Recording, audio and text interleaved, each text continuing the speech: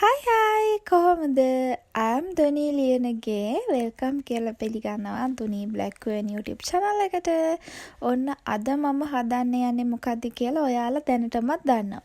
අද මම කරන්න යන්නේ කලර් කරලා ස්ට්‍රේට් කරලා සම්පූර්ණයෙන්ම ඩැමේජ් කරලා තිබිච්ච මගේ මෙන්න මේ hair එක දැන් අවුරුදු 1.5ක් විතර තිස්සේ ඉඳන් මැජික් එකක් වගේ වවලා දෙන මැජික් hair oil එක හදන්න. ඉතින් පහුගිය දවස්වල මම පාවිච්චි කරේ රෝස්මෙරි ඔයිල් එක. ඇත්තටම ඒකත් ගොඩාක් හොඳ ප්‍රතිඵල තියෙනවා. රෝස්මෙරි ඔයිල් එක හදාගන්න මං ගාව මේ දවස්වල රෝස්මෙරි නැති නිසා රෝස්මෙරි ඔයිල් එක පාවිච්චි කරන්න කලින් මම පාවිච්චි කරේ කරපිංච ඔයිල් එක. කරපිංච ඔයිල් එකට තව ඔයිල්ස් කිහිපයක් දාලා තමයි මම හදාගන්නේ. ඉතින් ඔන්න කරපිංච ඔයිල් එක හදන්න තමයි අද හදන්නේ. මෙන්න මෙතෙන්ට මම කොණ්ඩේ කපලා තිබ්බ මතකද ගිය අවුරුද්දේ. ඊට පස්සේ වෙවිච්ච ටික තමයි ඔය. ඉතින් අද මම ඔන්න අරගෙන ආවේ මගේ මැජික් hair oil එක හදන හැටි ඔයාලත් එක්ක ෂෙයා කරගන්න. තාමත් මාව subscribe කරලා නැත්තම් එහෙනම් ඔන්න ආදරෙන් මතක් කරනවා subscribe කරන්න කියලා.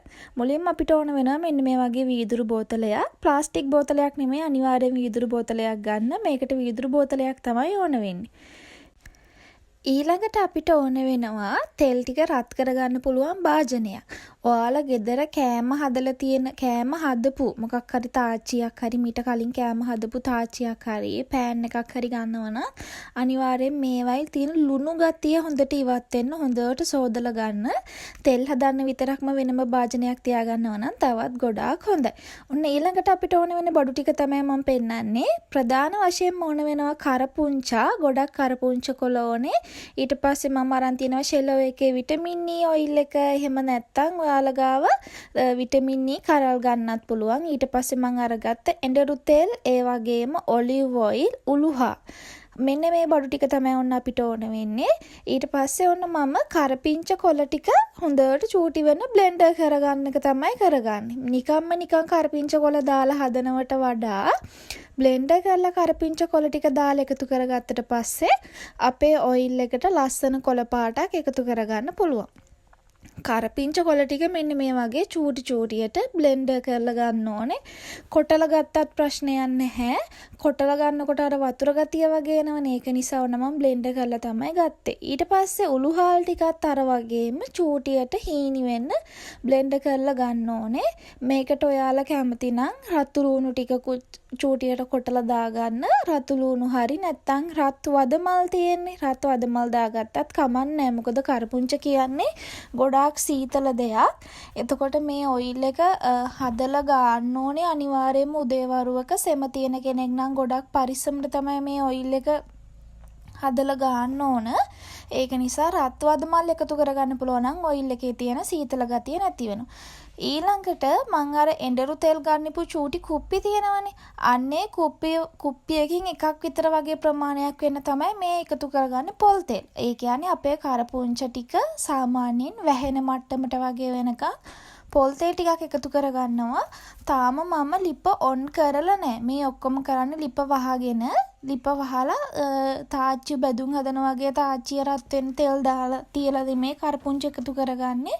මුලින්ම කරපුංචා ඊට පස්සේ උරුහාල් ටික එකතු කරගෙන ඊළඟට තෙල් ටික එකතු කරන් තමයි උන ලිප මද ගින්දරට වෙන්න හදාගන්නේ. මද ගින්දරේ තමයි හදන්න ඕනේ මේක. මද ගින්දරේ ටිකක් වෙලා තියෙනකොට මෙන්න මේ වගේ තෙල් ටික රත් වෙලා බුබුලු දාලා හොඳට බැදෙන්න ගන්නවා. හොඳට තෙලේ හිඳෙන්න ගන්නවා අපේ කරපුංචා සහ උළුහාල් ටික. මේ වගේ බුබුලු දාලා බුබුලු ටික නැති වෙනකන් බුබුලු දාන ගතිය, තෙලේ බැදෙන ගතිය නැති වෙනකන් ඉවර වෙනකම්ම අපි මේක මද ගින්දරේ තියාගන්න ඕනේ. ගින්දර වැඩි කරගන්න එපා. ගින්දර ගොඩක් අඩු කරගන්නත් එපා. මේක ඩබල් බොයිලර් ක්‍රමයට හදාගන්න පුළුවන් නම් තවත් හොඳයි. මම ඉතින් ලේසියට පහසුවට හදාගන්නේ මෙන්න මෙහෙම. ඔන්න ඔය පේන වගේ හොඳට බුබුලු දාලා නටනකන් තියලා කවලම් කරලා ඊට පස්සේ බුබුලු ටික නැති වෙනකොට තමයි මම ලිප ඕෆ් කරන්නේ. මතක ඇතුව හොඳටම අනිවාර්යෙන් මතක තියාගන්න ඕනේ කරපුංච ටිකයි උළුහාල් ටිකයි රත් වදමල් දානවා නම් වදමලුයි ඊට පස්සේ රතු ලූණු ගෙඩියක් දෙකක් දානවා නම් රතු ලූණුයි දාලා ඉවර වෙලා පොල් තෙලුත් එකතු කරලා තමයි ලිප පත්තු කරගන්නේ. ඔන්න දැන් මේකේ බුබුලු දාලා නටලා ඉවර වෙන්න කිට්ටු වෙනවා. ඉතින් මම ලිප ඕෆ් කරගන්නවා.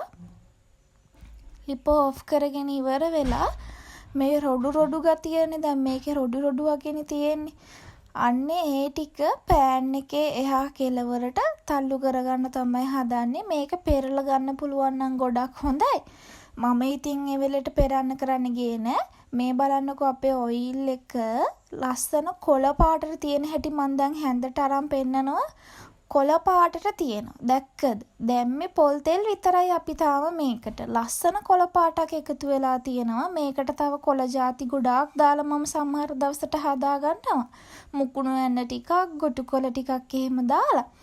එතකොට මීටත් වඩා තද කොළ පාටට හොඳ ලස්සන පාටට අපේ ඔයිල් එක ගන්න පුළුවන්. මං මෙන්න මේම රොඩු ටික ඔක්කොම එක කෙලවරකට හේතු කරගෙන ඔයිල් එක රස්නේ පිටින්ම අනිත් බෝතලයට මම තෙල් ඔලුව ගන්න බෝතලයට දාගන්න තමයි හදන්නේ. මෙන්න මේ වගේ භාජනයක් යටින් තියලා දාගන්න. එතකොට අපතේ යන්නේ නැතුව දාගන්න පුළුවන්. මේ ඉතුරු දීසියට වැටෙන තෙල් ටිකත් බෝතලයට එකතු කරගන්න පුළුවන්.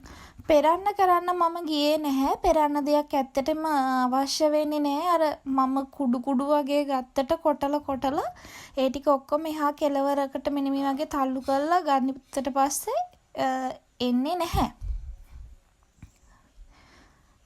මේ පෑන් එකත් එකපාර වීසි කරන්න එපා. තව කොහෙන් හරි ඉතුරු තෙල් ටිකත් යටට පෑදෙනකම් හේතු කරලා තියන්න. එතකොට තව ඉතුරු වෙලා තියෙන තෙල් ඇල කරලා තිබ්බට පස්සේ ඉතුරු වෙලා තියෙන තෙල් ටික ගන්නත් පුළුවන්. දැක්කනේ බෝතලෙත් රස්නේ. මේ බෝතලෙට දාගන්න ඕනේ රස්නේ තියෙද්දිමයි. රස්නේ තියෙද්දිම ඊට පස්සේ ඒකට මම දාගන්නවා එඬරු තෙල් එක. මෙන්න මේ වගේ කුප්පියක් සම්පූර්ණයෙන්ම. එතකොට දැන් අපි හදාගන්න මේ තෙල් එකට මිමි යන විදිහ මම ඉස්සරහට කියන්නම් කොහොමද මිමි යන්නේ කියලා. මෙන්න මේ වගේ චූටි බෝතලයකින් එකක් තමයි මම පොල් තෙලුත් දාගත්තේ. පොල් තෙල් බෝතලෙන් එකයි, එඬරු තෙල් වලින් ඒ බෝතලෙන් එකයි. ඊට පස්සේ මේ එකතු කරගන්නේ ඔලිව් ඔයිල්. ඔලිව් ඔයිල් බෝතලෙන් එකයි. ඊළඟට ඔයාලා ගාව තියෙනවා නම් විටමින් E කරල් දාගන්න මේකට.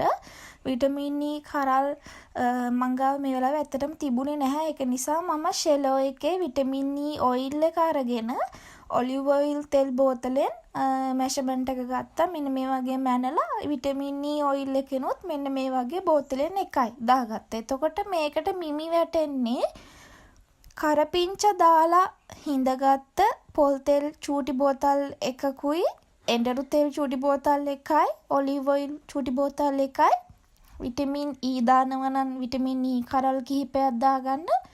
එහෙම නැත්තම්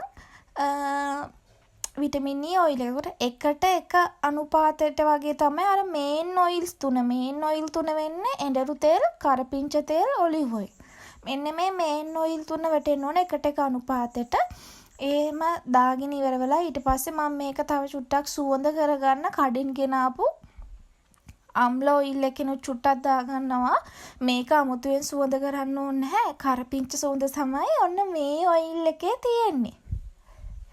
මෙන්න මේ වගේ ඔන්න ඉතුරු වෙලා තිබිච්ච තෙල් ටික මම බෝතලයට දාගෙන ඊට පස්සේ මේක පියනෙන් වහලා හොඳට රස්නේ පිටින් දැන් අපේ පොල් තෙල් කරපිංච දාලා හදාගත්ත පොල් තෙල් තියෙන ඔයිල් එක රස්නේනේ. එතකොට ඒ රස්නේ තියෙන රස්නේ පිටම තමයි අපි දාගන්න ඕනේ එඬරු තෙල් ටික, ඔලිව් ඔයිල් එක. එතකොට විටමින් E කරල් දානවා. විටමින් E කරල් නැත්නම් විටමින් E ඔයිල් ටික දාලා රස්නේ පිටින් දාලා මෙන්න මේ වගේ හොඳට මේක කවලම් කරගන්න තමයි ඕන. එක චුට්ටක්වත් තෙල් මේව කරපු ඕන අපත යන්නේ නැති වෙන්න මම එකතු කරගත්තා. බලන්න ඔය එක ලස්සනට කොළ පාටට තියෙන හැටි මොන මම දැන් කලින් කිව්වා වගේ මේ පේනවනේ යටට ඔය කූරු වගේ තියෙන්නේ මගේ කලර් කරලා ස්ට්‍රේට් කරලා විනාශ කරලා තියෙන කොණ්ඩේ ටික.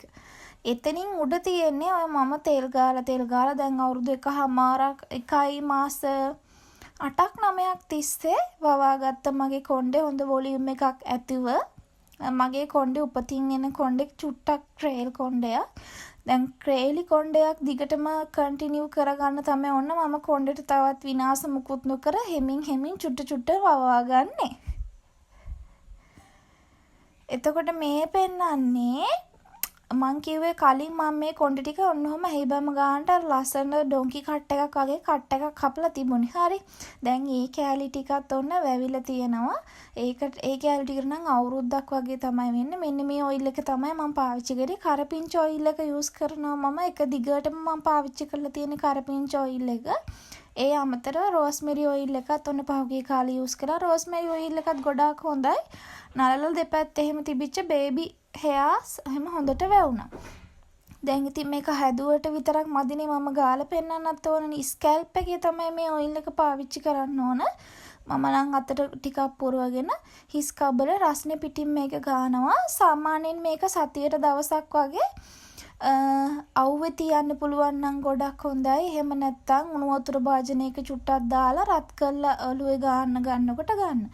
මේක මම වීදුරු බෝතලයක දාන්න කිව්වේ ඔන්න ඒ හේතුව නිසා. ප්ලාස්ටික් බෝතල් වල දාගන්න යන්න එපා. වීදුරු බෝතල් එකක දාගන්න. මේක අවුවේ තියලා රත් කරන්න ඕන. නැත්නම් අර අනිත් එක තමයි මේක මේ ගොඩාක් ලොකු කාලයකට හදා ගන්නත් එපා. සාමාන්‍යයෙන් ඔය මං හදපු වගේ තෙල් ප්‍රමාණයක් එකපාර හදා ගන්න. නැත්නම් අර කරපිංච වල තියෙන ගතිය මේ මුඩු ගතිය වගේ උළුහාල් වල තියෙන ඒවා නරක් වෙලා මේව මුඩු වෙන්න බලනවා. දැන් මේකට අපි එකතු කරගත්තේ නැහැ අද රතු ලුණු. රතු ලුණු වගේ දාගත්තා නම් ඒවයි වතුර ගතිය වැඩිනේ. එතකොට රතු අදමල් එහෙම මම වෙනදට එකතු කරගන්නවා. ඒවා එකතු කරගත්තට පස්සේ තෙල් එකට තෙත ගතිය වැඩි. එතකොට තෙල් එක මුඩු වෙන්න බලන්න. දැන් මේක එහෙම නැහැ. රත් කරන්න පුළුවන් වාජනයක ගබඩා කරගන්න. එතකොට සැරින් සැරේ අපිට තෙල් එක රත් කර පාවිච්චියට ගන්න පුළුවන්. හොඳට හිස් කබලේ ගාගන්න ඕන. බලන්නකො මගේ කොණ්ඩේ කලින් ස්ට්‍රේට් එක කලර් කරලා ස්ට්‍රේට් කරලා තියෙන කොණ්ඩේ බොහොම තුනී. කොණ්ඩේ ගිහිල්ලා වගේ තමයි. ගිහිල්ලා වගේ නෙමෙයි. ගිහිල්ලා තමයි. හරි. එතකොට අලුතෙන් වෙවිච්ච කොණ්ඩේ ටිකේ හොඳ වොලියුම් එකක් තියෙනවා. එතකොට පරණ කොණ්ඩේ ටික කපන්න ලෝභකමට ඔන්න මම වව තියනවා. මෙන්න මේ මැජික් ඔයිල් එක තමයි ඉතින් මගේ කොණ්ඩේ වැව්වේ. ඔයාලත් හදලා බලන්න. දැනටත් පාවිච්චි කරනවා නම් රිසල්ට් මට කියන්න. එහෙනම් තව ලස්සන වීඩියෝ එකකින් හම්බෙමු. ආදරේ උම්මා.